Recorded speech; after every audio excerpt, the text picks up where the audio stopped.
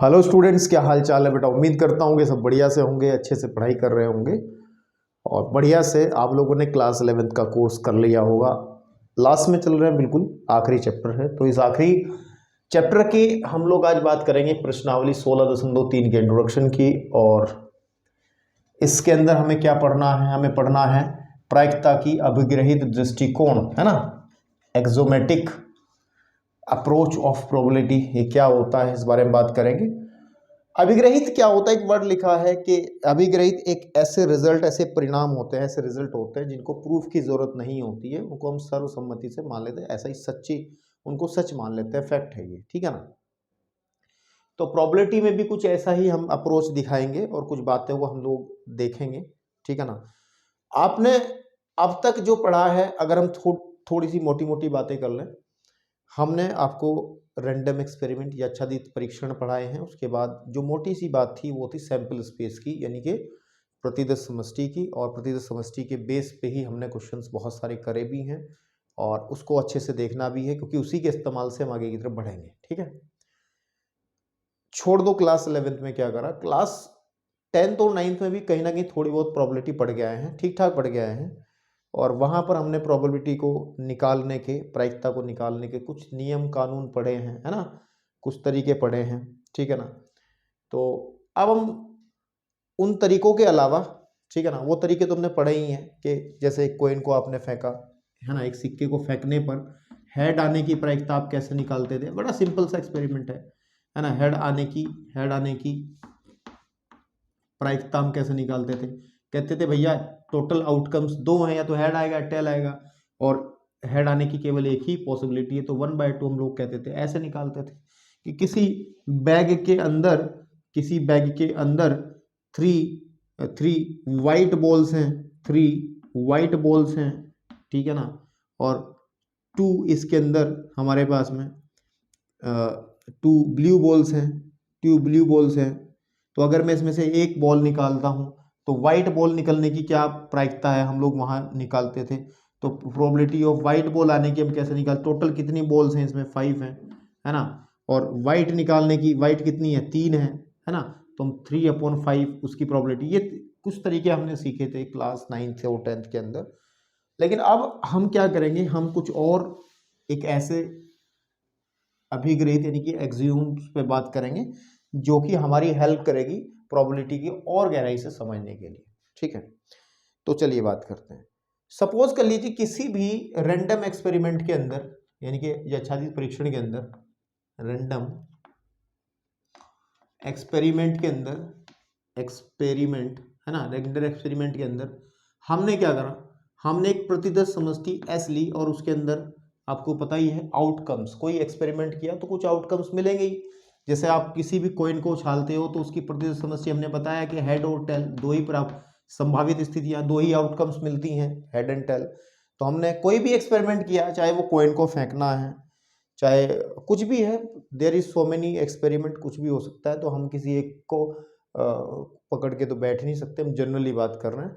तो हमने क्या करा, एक प्रतिदर्श समष्टि बना ली जिसके अंदर कुछ आउटकम्स हैं, जैसे omega 1, omega 2, omega 3 and omega 4, ऐसे चलते चलते ये ओमेगा n, ये इसके अंदर कितने टोटल आउटकम्स हैं। ये जो हमारे पास पॉइंट्स हैं, इनको हम आउटकम्स यानी कि परिणाम भी कहते हैं, या फिर हम इनको एक चीज और कहते हैं, प्रतिदर्श बिंदु, है ना, सैंपल पॉइंट्स भी कहते हैं इनको, ओमेगा 1, ओमेगा 2, ओमेगा 3। अगर ये किसी भी रैंडम एक्सपेरिमेंट की, ठीक है ना, रैंडम एक्सपेरिमेंट की ये सैंपल स्पेस है, तो ये जो प्रायिकता की अभिग्रहित का जो दृष्टिकोण है ना, यानी कि एक्सोमेटिक जो अप्रोच है, वो ये कहता है, वो 3 रिजल्ट हम लोगों को बताता है। हम लोग ने जब बहुत डीपली पढ़ा प्रोबेबिलिटी को तो 3 रिजल्ट निकल करके आते हैं जो कि किसी भी घटना की प्रोबेबिलिटी के बारे में, किसी भी घटना की प्रायिकता के बारे में बहुत सही बात बताते हैं। सबसे पहली बात क्या है? सबसे पहली बात यह है कि हमारे पास में कोई भी, ठीक है ना, अगर हम कोई भी इसके अंदर आपके पास में इवेंट उठा लें, कोई भी घटना ले लें, ठीक है ना, तो अगर उस घटना की मैं प्रोबेबिलिटी निकालूं, देखो ओमेगा 1, ओमेगा 2 तो मैं लिख नहीं पाऊंगा, तो मैं ओमेगा i लिख रहा हूं। i का मतलब है आई का मतलब है कि कोई भी, जैसे आई की वैल्यू 1 रखेंगे तो पहले वाली है ना आपके पास में, किसी भी एक घटना के घटित होने की जो प्रोबेबिलिटी है, प्रोबेबिलिटी ऑफ किसी भी एक घटना के घटित होने की, वो हमेशा ही, ठीक है ना, वो हमेशा ही 0 से तो बड़ी या बराबर होगी और 1 से छोटी या फिर बराबर होगी। जहां ओमेगा आई जो है, ध्यान रखना है, ये किसका मेंबर है, वो सैंपल स्पेस में से एक आता है। तो ये पहला रिजल्ट है, आपको बहुत ध्यान से समझना है इस बात को, ठीक है ना, कि हमारे पास में प्रोबेबिलिटी किसी भी है ना, किसी भी इवेंट की, किसी भी सिंपल घटना, देखो ये क्या होगी, प्रोबेबिलिटी ऑफ हमारे पास में ये कोई भी किसी भी घटना के घटित होने की प्रोबेबिलिटी, जैसे इस वाले में ले लो, ठीक है ना, आपके पास में हमारे पास ये सैंपल स्पेस है। मैं एक एग्जांपल लेता हूँ, ठीक है ना, मैं एक एग्जांपल लेता हूँ और एग्जांपल लेकर के मैं, जैसे मैं डाइज वाला लेता हूँ, है ना, डाइज का मतलब आपको पता है ना, डाइज हम 5 की बात कर रहे हैं, ठीक है ना। इसके लिए जो हमारा सैंपल स्पेस बनता है वो एस बनता है, जिसके अंदर 1 भी आ सकता है, 2, 3, 4, 5 एंड 6, है ना। तो अगर मैं प्रोबेबिलिटी ऑफ 1 निकालता हूँ, प्रोबेबिलिटी ऑफ 1 यानी कि 1 के आने की प्रोबेबिलिटी कितनी है, तो आप सबको पता है कि टोटल आउटकम्स तो 6 हैं, ठीक है ना, और 1 के आने की जो फेवरेबल यानी कि जो आपके पास में संभावना वह एक ही बार है, तो यानी कि 1/6, और 1/6 जो है हमेशा ही 1/6 जो है वो 0 से बड़ा होता है ना, और 1 से छोटा होता है। तो हमारे पास में ध्यान रखना है कि किसी भी इवेंट की, किसी भी घटना की प्रोबेबिलिटी जो है वो 1 और 0 के बिल्कुल बीच में होती है, बिल्कुल नहीं, मतलब 0 और 1 के बीच में ही होती है, या एक दूसरे शब्दों में ये भी कह सकते हैं भाई 0 से बड़ा होने का मतलब क्या है कि पॉजिटिव होगी, कभी नेगेटिव नहीं होगी, पॉजिटिव होगी और कभी नेगेटिव नहीं होगी। तो पहला रूल तो आपको ये ध्यान रखना है, ठीक है। एंड सेकंड वन, अभी मैं क्वेश्चंस कराऊंगा तो और बेहतर इस रिजल्ट को मैं शायद आपको बता पाऊं, आप अच्छे से और समझ पाओ, ठीक है ना। ध्यान रखना है कि अगर मैं इन सारी जो प्रतिदस बिंदु हैं, इन सबकी प्रोबेबिलिटीज का सम कर देता हूं, जोड़ देता हूं, ठीक है ना, ऐसे करते करते प्रोबेबिलिटी ऑफ ओमेगा एन, तो उनका सम हमेशा 1 आता है, ठीक है ना। एक रिजल्ट ये है। अब आओगे सर इसमें प्रूफ करके दिखाता हूं, देखो 1 आने की प्रोबेबिलिटी 1/6 एंड 2 आने की प्रोबेबिलिटी भी 1/6 ही होगी, एंड 3 आने की प्रोबेबिलिटी भी 1/6 ही होगी, एंड 4 आने की प्रोबेबिलिटी भी 1/6 ही होगी, एंड 5 आने की प्रोबेबिलिटी भी 1/6 ही होगी, एंड 6 आने की प्रोबेबिलिटी भी 1/6 ही होगी। ये अब ऐसा कोई भाई मेरे दोस्त ऐसा तो नहीं बैठा किसको ये प्रोबेबिलिटी यानी कि प्रायिकता ही निकालने ही आ रही हो कि 1/6 सर कैसे आ गई। किसी को यही नहीं पता कि किसी कॉइन के अंदर हेड और टेल होता है, और हेड आने की प्रोबेबिलिटी 1/2 होती है और टेल आने की प्रोबेबिलिटी 1/2 होती है। ऐसा कोई बच्चा अगर है जिसको यही नहीं पता है कि प्रोबेबिलिटी यानी कि प्रोबेबिलिटी का मतलब प्रायिकता 1/2 कैसे आ रही, 1/6 कैसे आ रही, तो फिर वो गंभीर अवस्था में है, उसे आईसीयू में ले जाने की जरूरत है। उसको ले जाओ क्लास 9 में, पहले पढ़ाओ थोड़ी सी प्रायिकता, तब वो समझ पाएगा। अब देखो जितने भी इसके अंदर प्रतिदस बिंदु हैं, उनकी सबकी प्रायिकता का अगर मैं योग कर लूं, सम कर लूं, probability of 1 plus probability of 2 plus probability of 3 plus probability of 4 plus probability of 5 and plus probability of 6 is what, देखो 1/6 कितनी बार जुड़ रहा है, 6 बार, तो 6 से मल्टीप्लाई कर दो, है ना, 1/6, 6 से 6 कट जाएगा तो इज इक्वल टू 1। तो यही तो कह रहा है ये कि प्रतिदस समष्टि के अंदर जितने भी सैंपल पॉइंट्स हैं उनकी प्रोबेबिलिटी का जो सम है, उनकी प्रायिकता का जो सम है 1 होगा। तो ये भी रिजल्ट एक, और एक तीसरा रिजल्ट और होता है। तीसरा रिजल्ट ये है कि अगर हम किसी घटना को ले लें, किसी घटना, ठीक है ना, किसी घटना, है ना, किसी घटना, कोई घटना ले लो आप, घटना का मतलब है सपोज को लो एक इवेंट हमने ए ले लिया जो कि सबसेट होगा एस का, ठीक है ना, सबसेट होगा एस का।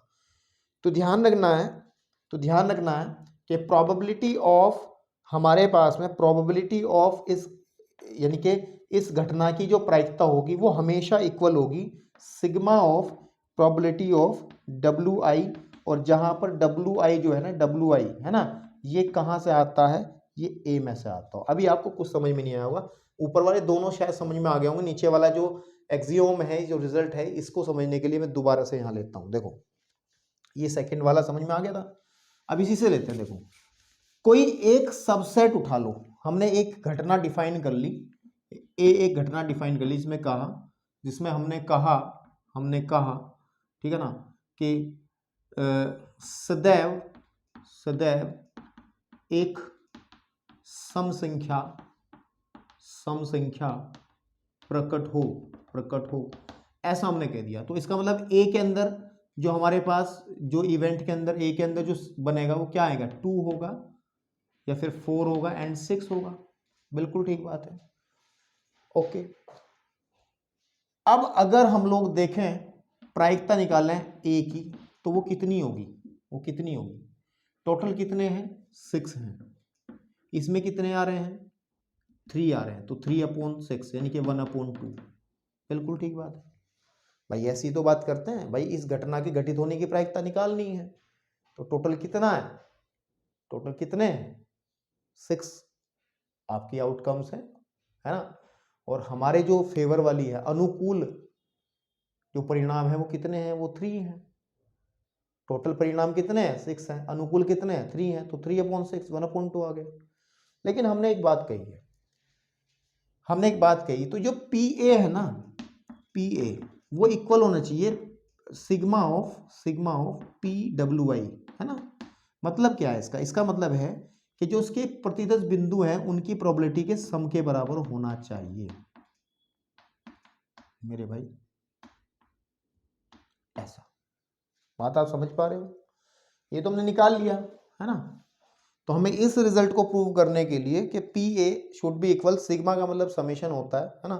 मतलब इसको ऐसे लिखा सकता है आपके पास में कि जैसे P omega 1 plus P omega 2 है ना, प्लस पी ओमेगा 3, जितना भी होगा, जितने भी हम ले लेंगे है ना।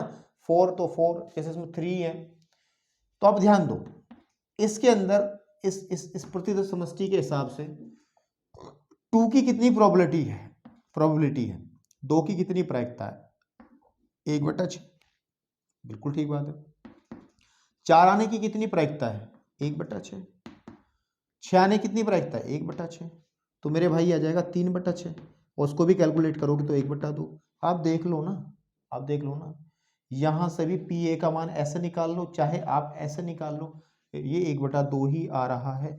तो ये आपका जो तीसरा जो रिजल्ट है, जो निष्कर्ष है, वो ये बताता है।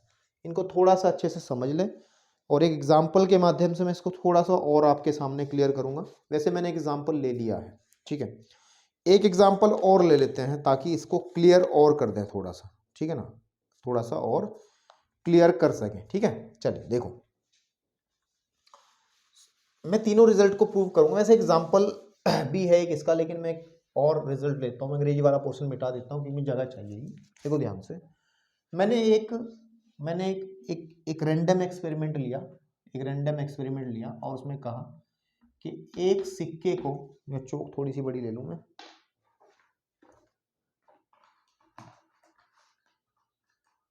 ठीक है। मैंने कहा एक सिक्के को 3 बार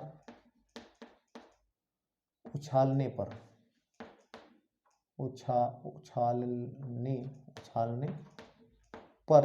आप मुझे बताइए, प्रतिदर्श समष्टि आपने पहले भी पढ़ी है, तो क्या क्या आएगी प्रतिदर्श समष्टि जब एक सिक्के को 3 बार उछालेंगे।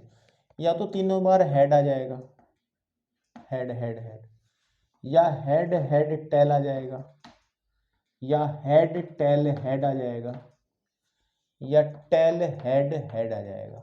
बात समझ रहे हो, या फिर टेल हेड टेल आ जाएगा, या फिर टेल टेल हेड आ जाएगा, है ना। आपके पास में टेल टेल हेड आ जाएगा, और कौन सा आ सकता, या फिर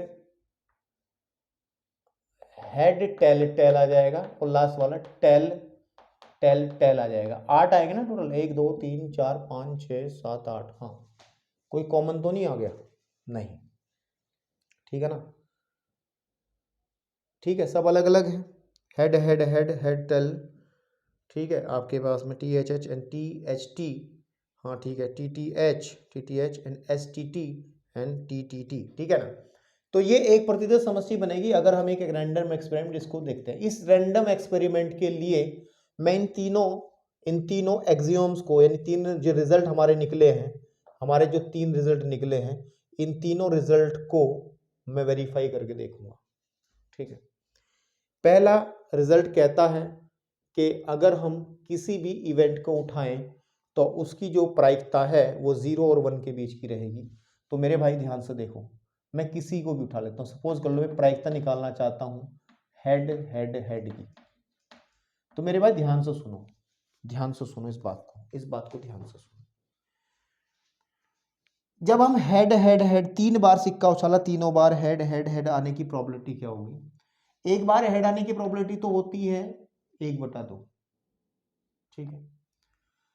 और दूसरी बार हेड आने की प्रायिकता भी 1/2, तीसरी बार हेड आने की प्रायिकता भी 1/2।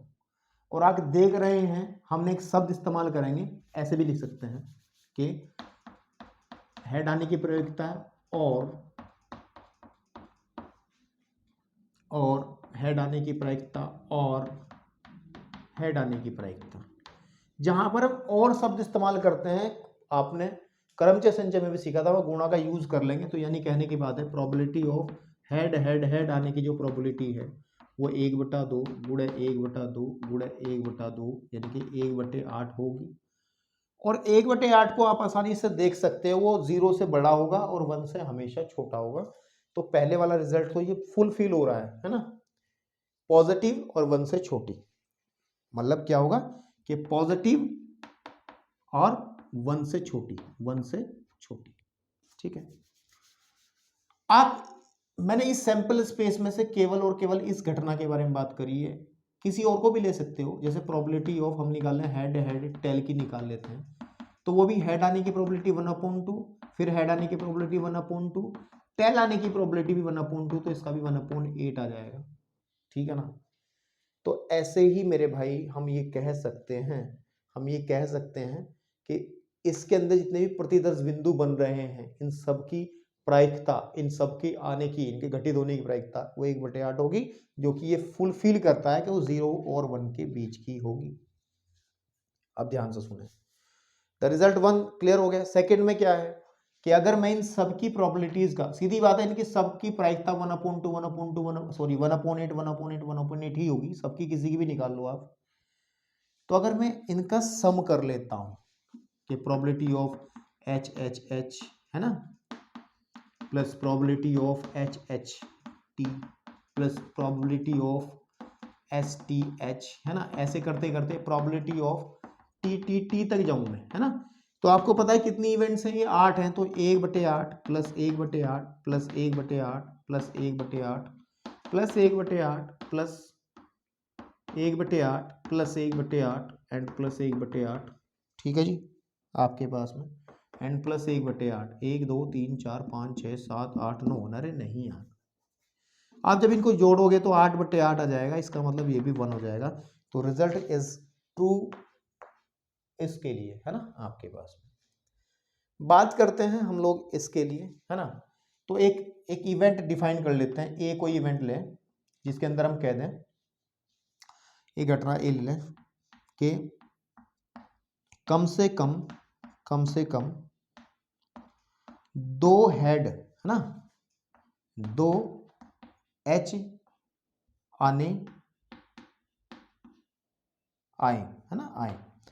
तो आपको पता है ए जो बनेगा वो क्या बनेगा, कम से कम 2H का मतलब है ज़्यादा से ज़्यादा 3 भी हो सकते हैं, तो ये भी आ जाएगा इसके अंदर HHH कोमा, ये भी आ जाएगा HHT कोमा, ये भी आ जाएगा HTH कोमा, THH भी आ जाएगा, और नहीं आएगा क्योंकि आगे कहीं भी 2 हेड नहीं है।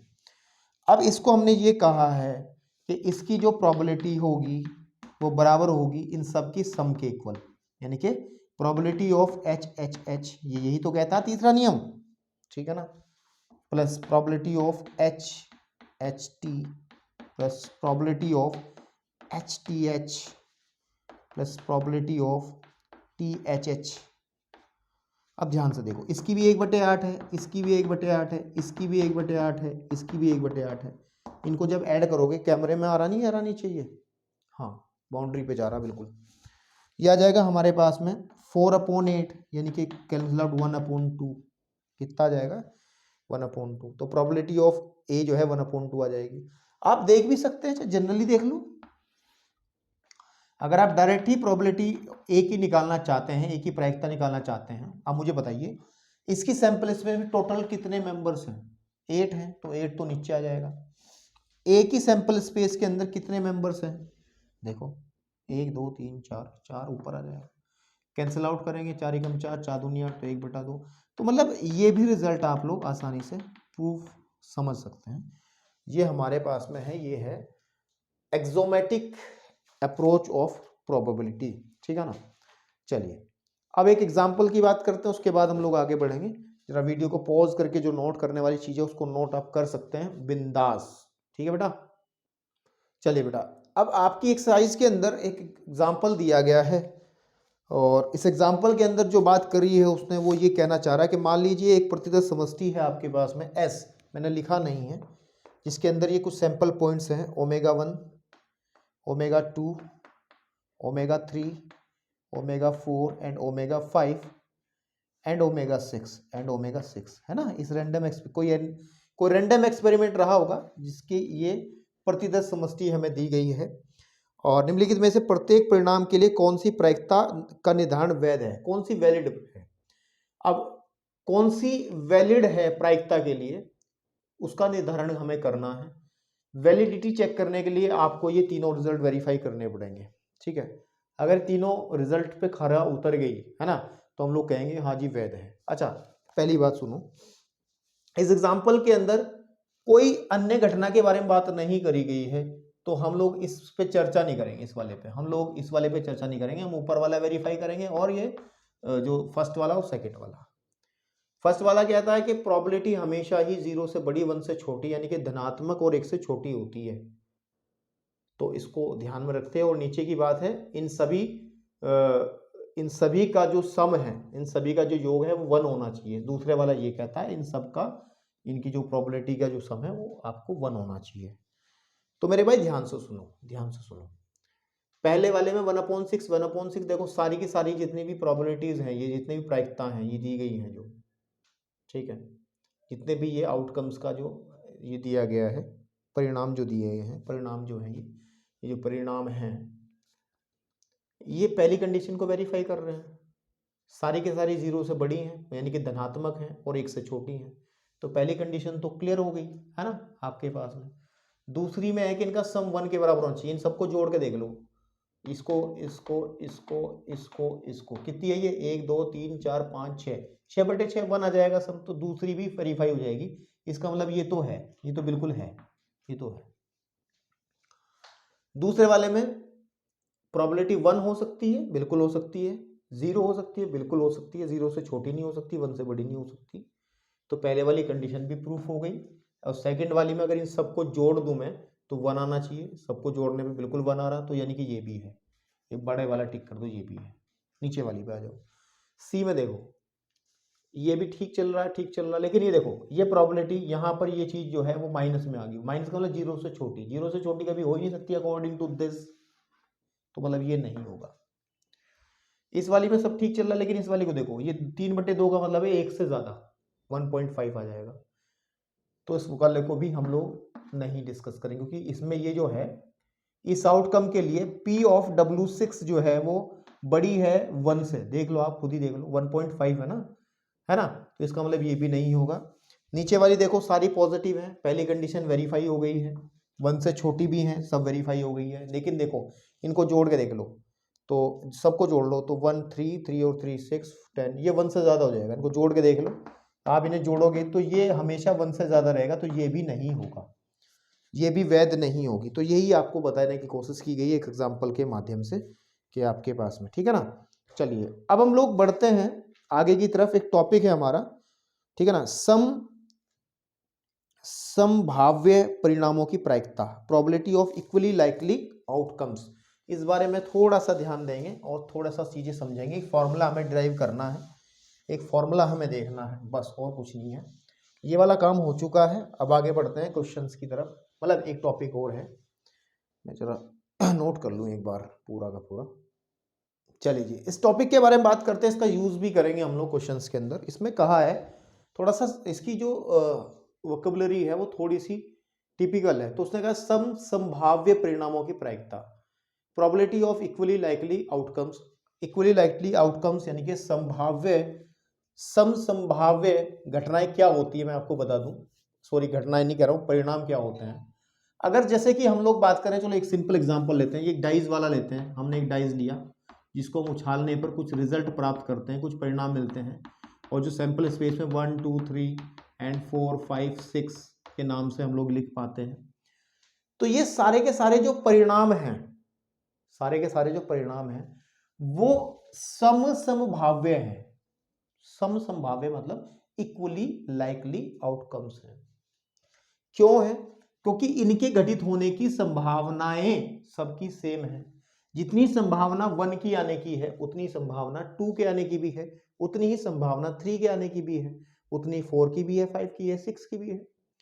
जब इन परिणामों की प्रायिकता निकालते हैं तो सबकी प्रायिकता 1/6 1/6 1/6 ही आती है, चाहे चेक कर लेना आप, है ना आपके पास में। तो इस तरीके की परिणामों को हम समभाव्य परिणाम कहते हैं, इसको ध्यान में रखना है।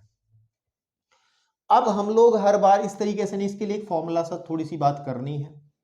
क्या कि सपोज कर लो कि हमारे पास एक रैंडम एक्सपेरिमेंट करा हमने, उसके अंदर हमारा जो सैंपल स्पेस बना वो ω1 ω2 ω3 ω4 ऐसे करते ωn तक कुछ हमने आउटकम्स लिखी, कुछ परिणाम लिखे, और हमने ये कह दिया कि प्रोबेबिलिटी इन सब की ω1 की प्रोबेबिलिटी निकालें या ω2 की निकालें या ω3 की निकालें, यानी कि प्रायिकता डॉट डॉट डॉट ओमेगा, चाहे ωn की निकालें, उसको हमने कहा सेम आएगी जी, स्मॉल p हमने कह दिया।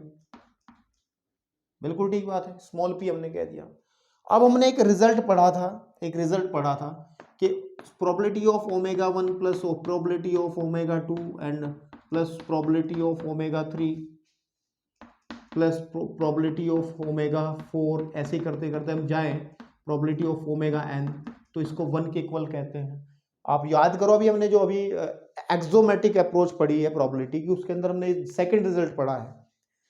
अब जब मैंने इसको p कह दिया, ये भी p है, स्मॉल p है, ध्यान रखना, कैपिटल P हम ऊपर यूज कर रहे हैं, यहाँ भी स्मॉल p है, स्मॉल p है, यहाँ भी स्मॉल p है, यहाँ भी स्मॉल p है, 1 2 3 4 5 ऐसा करते करते हमें कहाँ तक जाना है, n तक जाना है। ये कितने होंगे? n होंगे। जब हम इन p को n टाइम्स जोड़ेंगे तो np आ जाएगा ना भाई। आप 2 को 10 बार जोड़ोगे तो 10 से गुणा करते हो ना, तो 20 आ जाता है ना। 2 को 10 बार जोड़ने पर, तो p को n बार जोड़ने पर np आ जाएगा, np इज इक्वल टू 1। तो इस p को निकालने का तरीका 1/n, 1/n। n क्या है? n क्या है? जितने सैंपल स्पेस में, जितने भी सैंपल स्पेस के अंदर, यानी कि प्रति समष्टि के अंदर जितने भी आउटकम्स हैं, जितने भी परिणाम हैं, वो n है। अब इस फॉर्मूले को डायरेक्ट यूज करके आप निकाल सकते हो। जैसे आप, सिंपल सी बात है, हम डाइज की बात करते हैं, हेड और टेल आने, इसकी संभावना जो है हेड आना और टेल आना है, हेड आना और टेल आना है। तो हेड आने की, अच्छा, इसका प्रतिशत समष्टि बनेगा कितना? h, t। क्या ये भी समभाव्य परिणाम है? बिल्कुल है, क्योंकि जितनी प्रोबेबिलिटी इसकी आने की उतनी प्रोबेबिलिटी इसकी आने की है। ठीक है ना? तो मेरे भाई ध्यान से सुनो, ध्यान से सुनो। तो अगर मैं h आने की प्रायिकता निकालना चाहता हूं, तो सीधी बात है 1/2 होता है पता, लेकिन इस फॉर्मूले से निकाला जा सकता है 1/n। n कितना है? इसके अंदर कितने मेंबर्स बन रहे हैं? 2, तो 1/2। ऐसी टेल आने की प्रायिकता को भी हम लोग 1/2। आप कहोगे सर जी ये तो सब में ऐसे ही होगा। नहीं, एक हम ऐसी घटना के बारे में बात करते हैं जो समभाव्य नहीं है, यानी कि इक्वली लाइकली आउटकम्स नहीं है। जैसे एक थैले के अंदर सपोज कर लो आपने 3 तो व्हाइट बॉल्स ले ली, 3 व्हाइट बॉल्स पड़ी है, 3 व्हाइट बॉल्स पड़ी है और एक ब्लू बॉल पड़ी है। अब देखो सुनो, व्हाइट बॉल आने की प्रोबेबिलिटी तो बनेगी 3/4, चेक कर लो, क्योंकि टोटल 4 है और 3 आने की है ना। और जबकि हमारे पास में ब्लू बॉल आने की प्रोबेबिलिटी बनेगी 1/4। देखो, इनकी व्हाइट बॉल निकलने की और ब्लू बॉल निकलने की जो प्रोबेबिलिटी है, जो प्रायिकता है, वो बिल्कुल अलग है। इसका मतलब ये वाली इक्वली लाइकली आउटकम्स नहीं है ना। आप लोग अगर देखोगे इसकी प्रतिदर्श समष्टि आप बनाओगे, एस बनाओगे, तो या तो व्हाइट बॉल निकलेगी, फिर व्हाइट बॉल निकलेगी, व्हाइट बॉल निकलेगी, या फिर ब्लू बॉल निकलेगी। अब आप इस प्रतिदर्श समष्टि से अगर व्हाइट बॉल आने की प्रोबेबिलिटी निकालोगे वो 3/4 आएगी, और ब्लू बॉल निकालने की देखोगे तो आप वो 1/4 आएगी। तो ये इक्वली लाइकली आउटकम्स नहीं है, तो हम इनके अंदर, इस तरीके की इवेंट्स के अंदर ये वाला फॉर्मूला यूज नहीं कर सकते, ये वाला फॉर्मूला यूज नहीं कर सकते। डाइज के अंदर भी आपको पता है कि इसकी सैंपल जब हम पासे को फेंकते हैं तो आउटकम्स बनती है 1 2 3 4 5 एंड 6, और अगर मैं कहूं कि 2 आने की प्रोबेबिलिटी कितनी होगी, 2 आने की सबकी इक्वल है, तो प्रोबेबिलिटी जब निकालेंगे हम लोग किसी की भी, चाहे 1 की हो, है ना, चाहे वो 2 की हो, चाहे वो 3 की हो, है ना, किसी की भी हो, तो आपको पता 1 अपॉन कितने मेंबर्स हैं, 6, 1/6 ही होगी अकॉर्डिंग टू दिस फॉर्मूला। तो ये इस फॉर्मूले को थोड़ा सा आप लोग याद रख लेंगे, ठीक है। चलिए, या फटाफट इस चीज को नोट करो अगर आपको नोट करने की इच्छा है तो, जरूरतमंद अगर आपको इसकी जरूरत है तो। चलिए जी, अब एक रिजल्ट और पढ़ना है जिसका क्वेश्चंस के अंदर इस्तेमाल करना है हमें, कि अगर हमें कभी घटना ए या बी की प्रायिकता निकालनी पड़े, मतलब दो घटनाएं हैं, उन दोनों में से किसी एक को घटित होने की प्रायिकता निकालनी पड़े, या तो ए घटित होगी या फिर बी घटित होगी।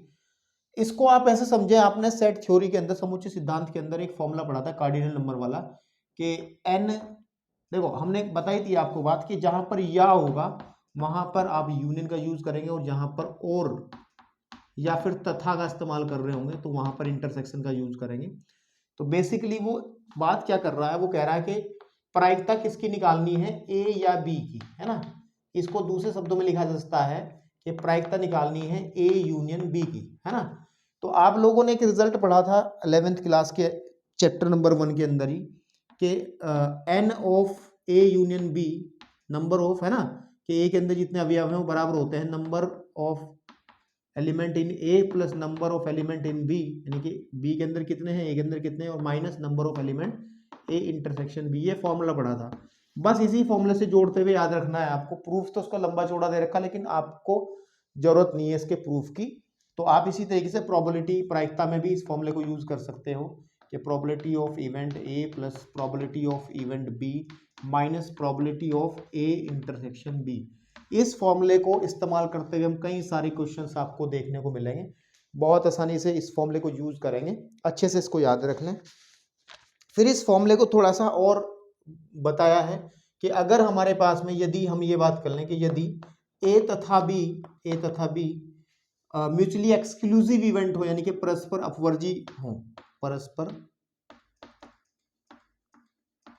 अपवर्जी, है ना, आपके पास में परस्पर अपवर्जी, ठीक है ना, अपवर्जी इवेंट्स हो, घटनाएं हो। अब परस्पर अपवर्जी में हमने कहा था कि इनका जो इंटरसेक्शन होता है वो फाई हो जाता है, तो सीधी बात है ऊपर फाई जब भरेंगे ये वाला पोर्शन हट जाएगा, तो पी यानी कि प्रायिकता ए यूनियन बी की जो होगी वो प्रायिकता ए और प्लस प्रायिकता बी, हम लोग इस रिजल्ट को भी तब यूज कर लेंगे जब आपकी इवेंट्स जो हैं वो म्यूचुअली एक्सक्लूसिव हैं, है ना। एग्जॉस्टिव के लिए कोई बात नहीं कर रहे हैं, एक्सक्लूसिव अगर है तो फिर हम ये वाला रिजल्ट यूज कर लेंगे। उसके बाद में एक चीज और है जिसका हम यूज करेंगे, जिसको हम पढ़ेंगे क्वेश्चंस के अंदर, बहुत सारे क्वेश्चंस करेंगे इस बारे में, कि घटना, ठीक है ना, ए नहीं, जब ए घटित नहीं होगा, ए नहीं की प्रायिकता, मतलब सीधी बात है, कॉम्प्लीमेंट की बात कर रहा, की प्रायिकता, यानी कि प्रायिकता जब ए नहीं, इसको हम शॉर्टकट में लिख सकते हैं प्रोबेबिलिटी ऑफ ए का डैश, यानी कि ए का पूरक, है ना, ऐसे भी इसको हम लिख सकते हैं। तो इसको हम लोग ध्यान रखें, इसको हमें ध्यान रखना है कैसे निकालते हैं। इसको निकालने का फॉर्मूला है, कि प्रोबेबिलिटी ऑफ ए नहीं बराबर होगी 1 माइनस प्रोबेबिलिटी ऑफ ए। बिल्कुल ठीक बात है भाई, कोई घटना है उसके अंदर दो चीजें होती हैं, तो घटित होगी या घटित नहीं होगी, समझ में आ रही बात नहीं, या तो घटित होगी तो ए, घटित नहीं होगी तो ए का पूरक। तो प्रोबेबिलिटी ऑफ ए और probability of B, probability of probability of A का पूरक, इनका सम हमेशा 1 के इक्वल होना चाहिए। तो अगर मैं इसको निकालना चाहता हूँ प्रोबेबिलिटी ऑफ ए डैश, यानी कि घटना जब घटित नहीं हो रही होगी, तो 1 माइनस प्रोबेबिलिटी ऑफ ए हम ऐसे करके निकाल सकते हैं। तो इस रिजल्ट को भी आप अच्छे से दिमाग में रख लें, इसको हम लोग यूज करेंगे इन क्वेश्चंस। ठीक है बेटा, इन द क्वेश्चंस। अब क्वेश्चंस के लिए हम लोग बात करेंगे नेक्स्ट लेक्चर के अंदर, नहीं तो ये लंबा हो जाएगा। कुछ एक्सरसाइज के क्वेश्चंस भी करा देंगे और लगभग ये चैप्टर फिर हम लोग फिनिश होने की तरफ चला जाएगा। धन्यवाद।